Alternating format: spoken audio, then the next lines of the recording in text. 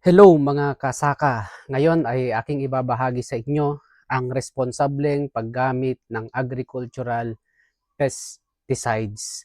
Kasi karamihan sa atin, almost all ng mga farmers ay gumagamit ng pestisidyo.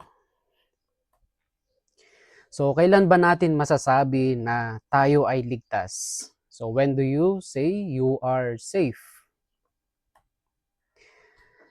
Ang pesticide application ay meron tayong tatlo. Before application, during application, and after application.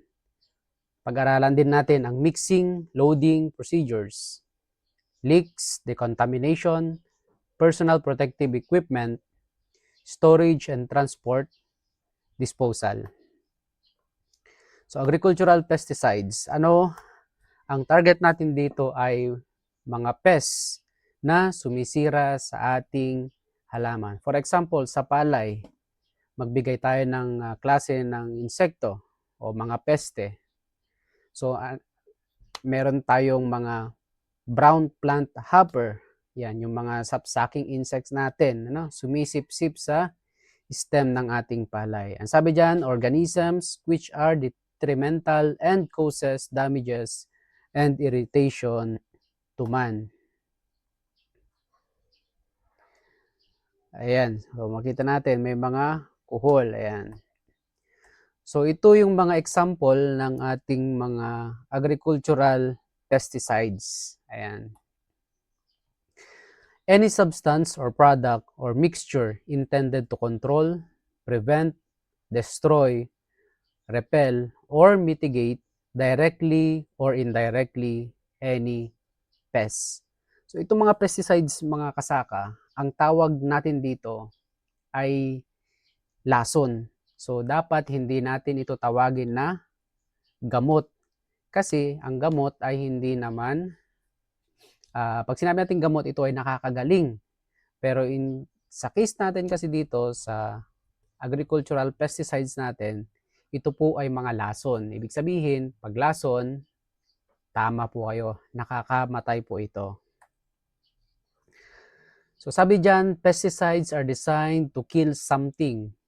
Insects, mites, fungi, weeds, rodents, or other pests.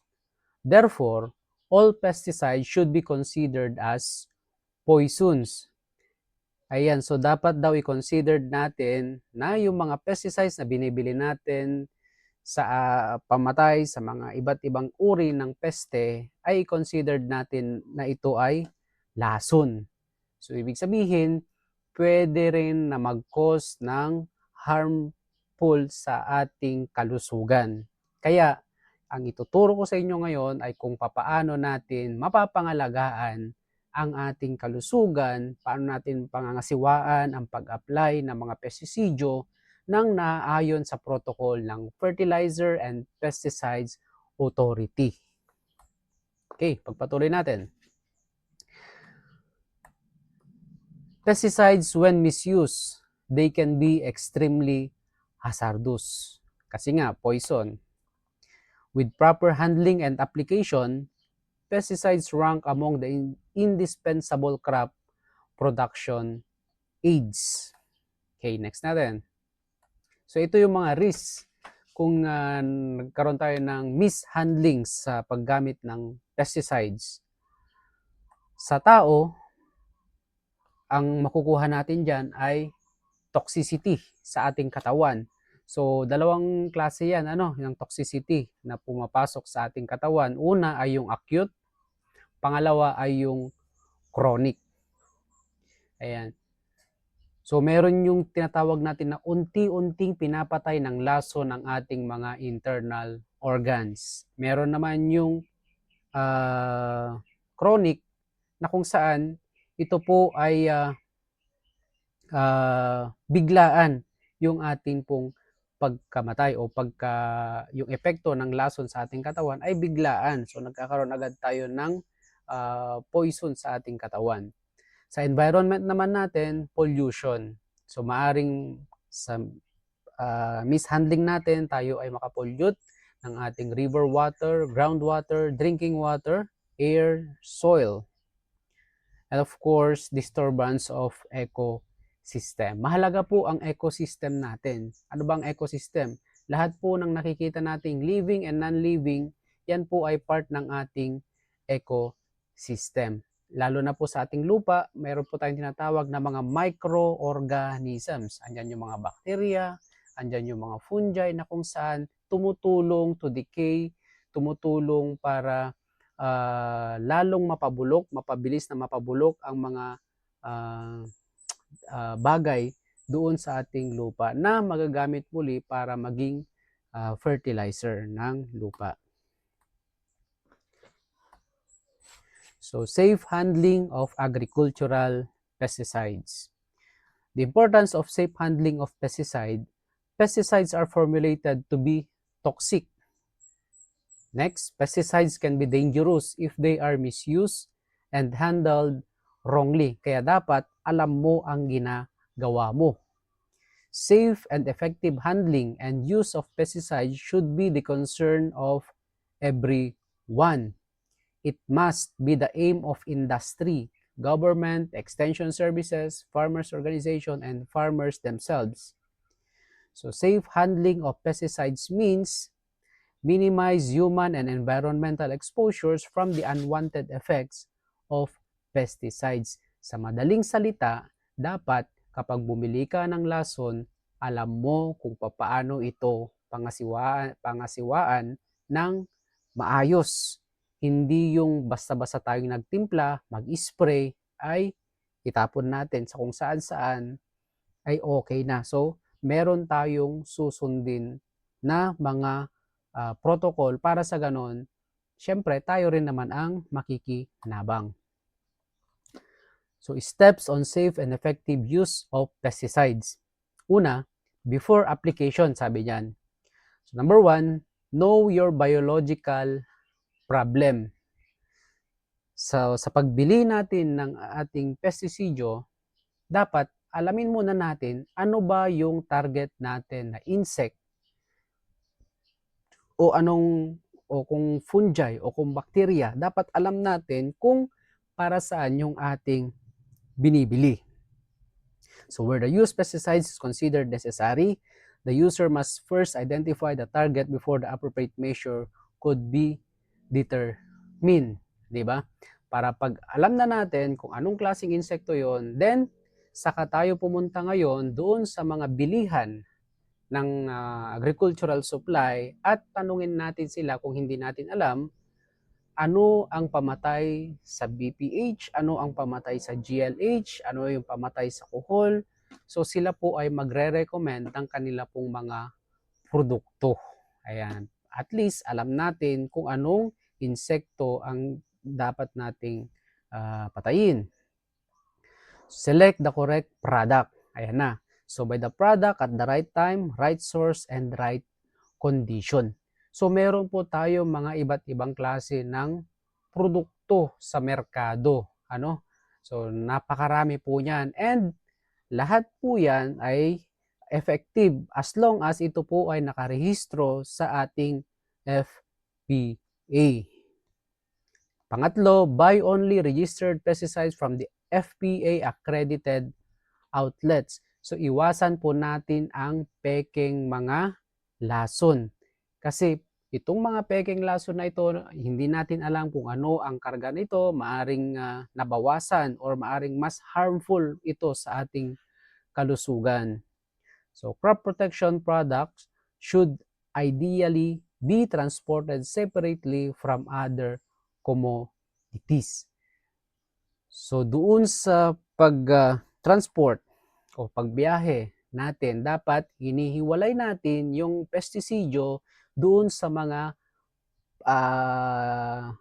nako-consume ng tao o mga pagkain para maiwasan po natin yung contamination sa ating mga kakainin.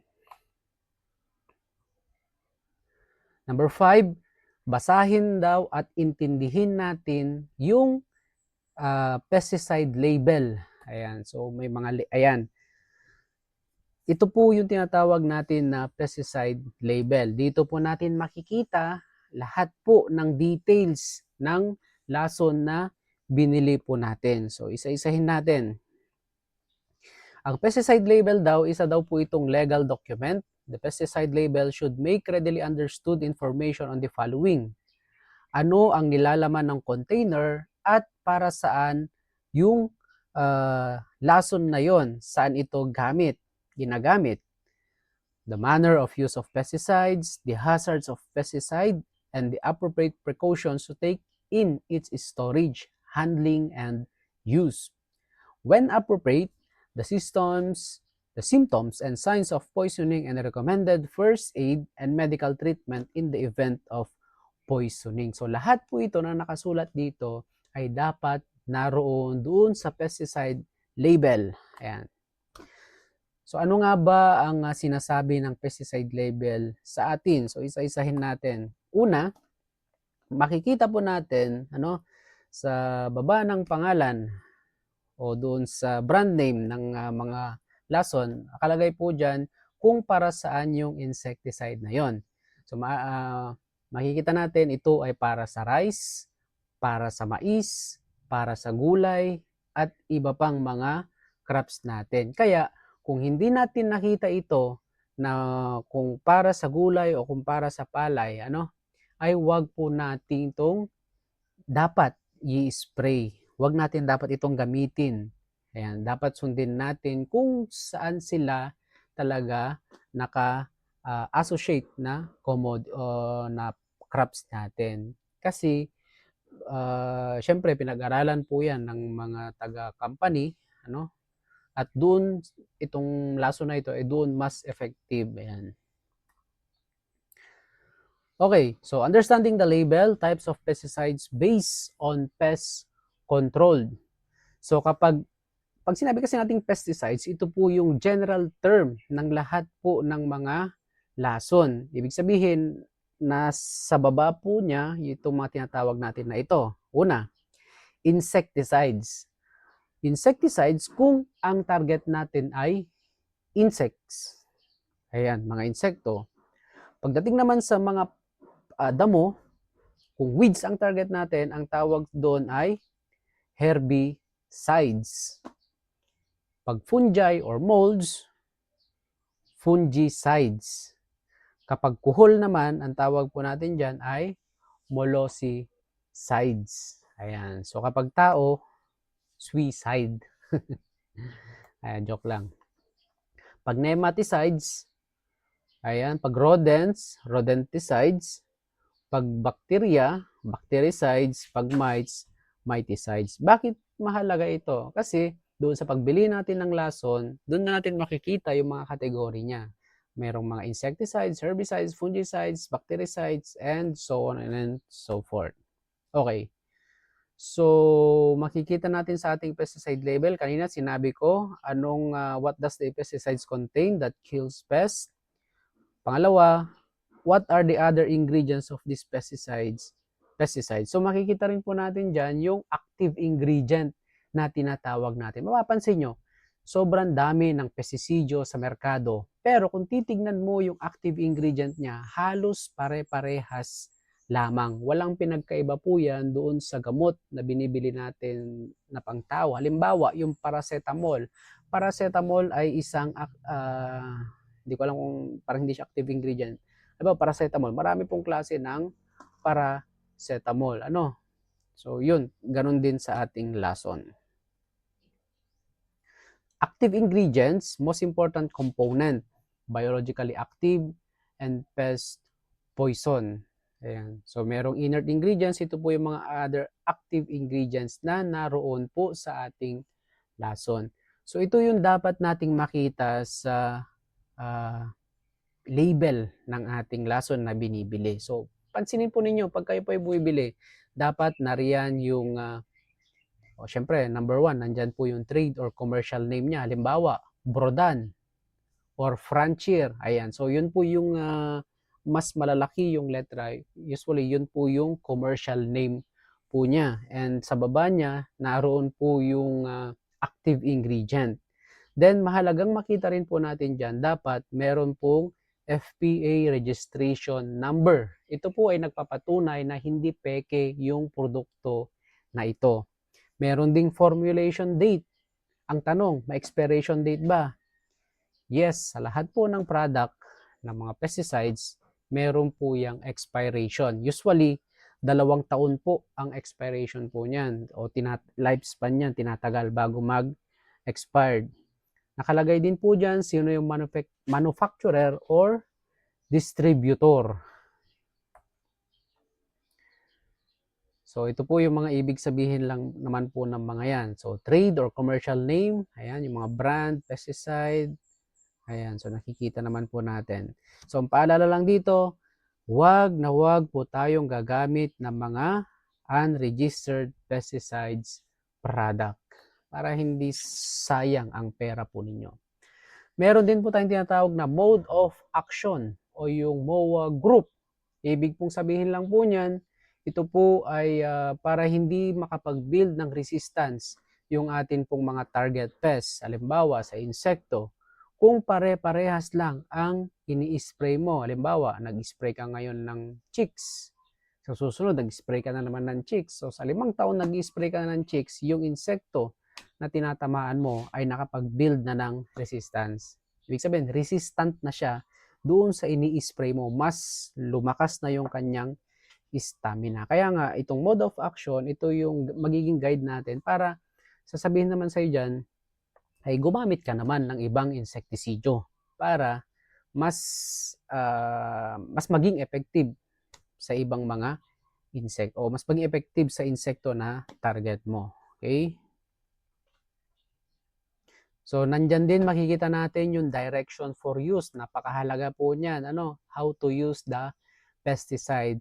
Alam nyo, tayo po kasi mahilig kayong magtimpla-timpla. Yung cocktailing na tinatawag natin. Pinaghalo-halo natin yung ating mga lason. So, makikita naman po natin dyan, pagdating sa compatibility, titignan po natin kung yung lason na po na yon ay compatible po siya doon sa ibang ihahalo mo. Pero, mas maganda, wag mo nang paghaluin. Kasi baka mamaya, mabawasan pa yung kanyang potency ba.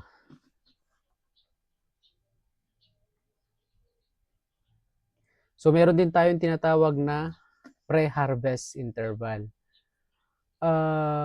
Especially sa kamatis, kapag mahal ang kamatis, dapat susundin din ng mga magsasaka yung pre-harvest interval. Ano po ba ito?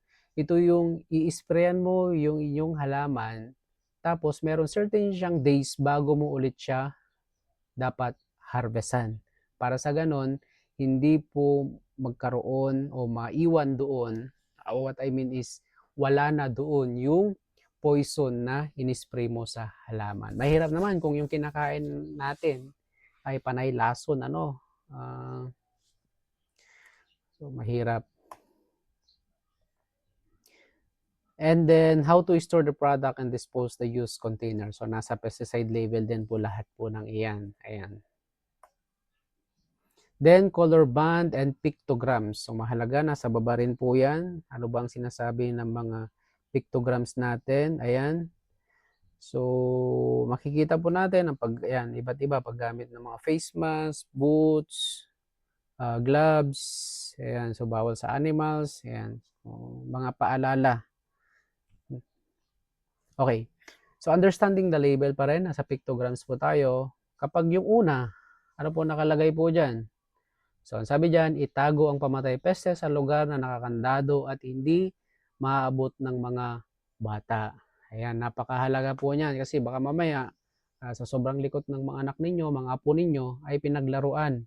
Itong mga lason na ito, tinimpla-timpla nila, maaring baka harm, mag-cause ng hazard po sa kanila pong mga kalusugan.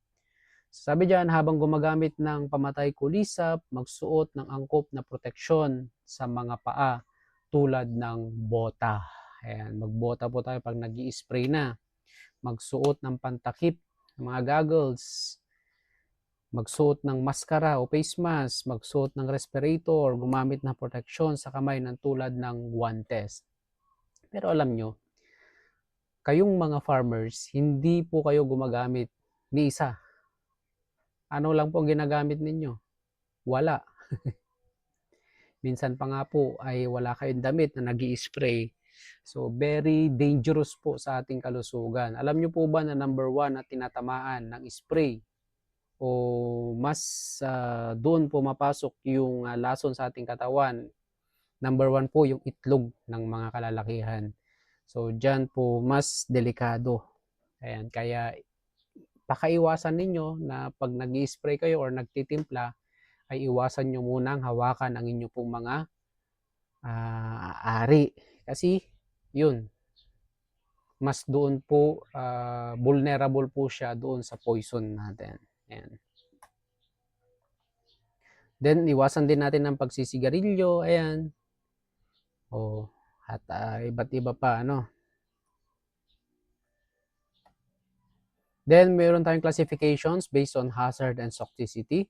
Meron po tayong tinatawag na red label, yellow, blue, and green. So, ito po yung mga category. No? Okay, so handling and application, kasi part po rito yung check sprayers for defects. So, kung ang barado ang sprayer mo, anong ginagawa mo? Hinihipan mo, di ba? Puyot-puyot ang mga kasi, ginaganon mo, ay dapat wag po nating gagawin po yon. Yan. So, wag daw gagawin natin yon. Then, magsuot ng mga personal protective equipment. Ayan. So, gloves, mask, pants, goggles, hat, boots. Ayan, ano. Sa ibang bansa, ganito po ang practice nila. Kasi massive yung spraying po nila doon. Kaya ganito kalupit yung kanila pong mga personal protective equipments. Ayan. Pero sa atin, walang tatalo sa Pinoy. Ano? Walang kasuot-suot. Ayan, mahalaga na tayo magsuot ng ating hats, safety glasses para hindi po pumasok sa ating mga mata, respirator para hindi natin ma-inhale. Ano? Alam nyo, maraming mga lason ang sobrang tapang ng amoy. Isa na po dyan yung lanik, di ba? Yung malatayon, ang dami, ano, ang tatapang po ng mga amoy niyan. O long sleeve, gloves kung meron. Ayan, long pants, boots. Okay. Pero kung wala, kayong mga ganun, okay na po itong nasa unahan, ano? So may boots, may pantalon, may long sleeve, ganyan, or face mask. Pwede na po 'yon para hindi siya direct contact yung lason sa ating katawan. So sa pagmi-mix po natin, sabi po diyan, always wear protective clothing, never transfer pesticides to other container. Huwag daw nating isalin-salin yung pestisidyo doon sa ibang mga botelya. Then keep children and animals away from work area. Always use clean water. Read label carefully before use. Always use recommended dosage of pesticides. Prepare only the solutions as per requirement. Avoid spilling of pesticide solutions while filling the spray tank. No children are allowed in the mixing site.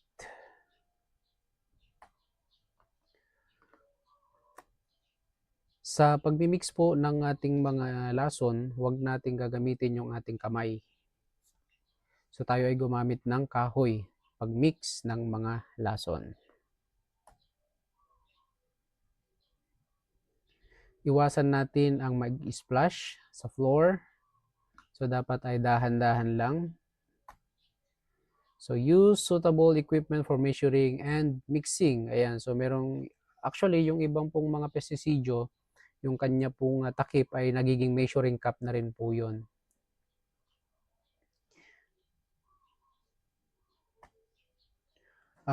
Kung di ako nagkakamali, yung isang kutsara, yun po ay 10 ml. Ayan. Never use old food containers or spoons. So, huwag tayong gagamit ng sandok. Ano? Kasi baka mamaya yung sandok, magamit din sa pagluluto. O never use hands as scoop. So gumamit tayo ng proper scooping po natin. Kung powder po 'yun, soluble po siya, 'wag nating dadakutin yung mga lason na 'yon. Kasi matitira sa ating mga kamay. Ayan, so makikita nyo sa picture, use proper equipment in mixing, not with bare hands. Okay? And wag nating hayaan na mag-spray ang mga bata, or kapag nag-spray tayo, dapat palayuin natin yung atin pong mga anak. Kasi mas mahina po ang resistensya ng mga bata kaysa sa matatanda. And do not spray pesticides against the wind. Alam na natin yan. Huwag mong sasalubungin yung hangin kapag ikaw ay nag-spray. Siyempre, agsubli. And do not apply pesticides when it's likely to rain. So, kapag paulan, alangan mit ag-spray ka. Makita mo naman sa umaga kung uulan, ay huwag ka nang mag-spray. Sayang. Do not apply during the hottest part of the day. So, huwag tayo mag-apply ng mag-spray. Huwag tayo mag-spray. Halimbawa, alas 12, alauna, ganyan. Sobrang init niyan. Huwag tayo mag-spray. Dapat ay sa umaga or sa hapon. Ayan. So, when applying pesticides in the field, iwasan ang pagyosi muna, pagsigarilyo. Okay? O magmerienda, kakain. Dapat after na lang. And then, after application, at the end of each day's work, thoroughly clean and check equipment and store them properly for easy access. Mahalaga po na hugasan natin, wash natin, i-rinse natin ng 3 times yung ating pong sprayer. Lalo na kung last na ginamit mo ay herbicides, pamatay damo, dapat ay hugasan mo. Kasi baka mamaya nakalimutan mo, gumamit ka pala ng pang herbicides, tapos naisip mo mag-spray ka ng foliar, pang abono, nakalimutan mong hugasan, basta naglagay ka na lang ng tubig, ay patay na. Patay na yung mga palay mo. Imbes na may aanihin ka, ay wala na. Ayun. So kaya linisan po natin. Then pagkatapos po natin mag-spray, ugaliin nating maligo. Ayan, so kuskusin ang ating katawan para walang maiwan na lason sa atin pong mga skin natin, lalo na yung mga anak natin, asawa natin, or ano man, o baka may hahawakan tayo. So dapat po yun ay maligo muna tayo para hindi pa mag-cause ng contamination. Ayan. Okay. O kung hindi ka pa naman maliligo, kakain ka, kasi usually ganoon naman sa bukid, pagkas mag-spray, magmerienda. So dapat ay hugasan natin mabuti yung ating kamay bago tayo kumain or manigarilyo. Ayan, so ito po, wag na wag nating gagawin yung mga container na magaganda na sa mga pesticides. Wag nating gagawing inuman ng mga, wag nating gagawing inuman. Kuha tayo ng ating tamang tumbler para sa ating inuman. And sa karton, wag din natin lalagyan ng mga fruits. Ayan. Okay. Sa transport na ito, Okay.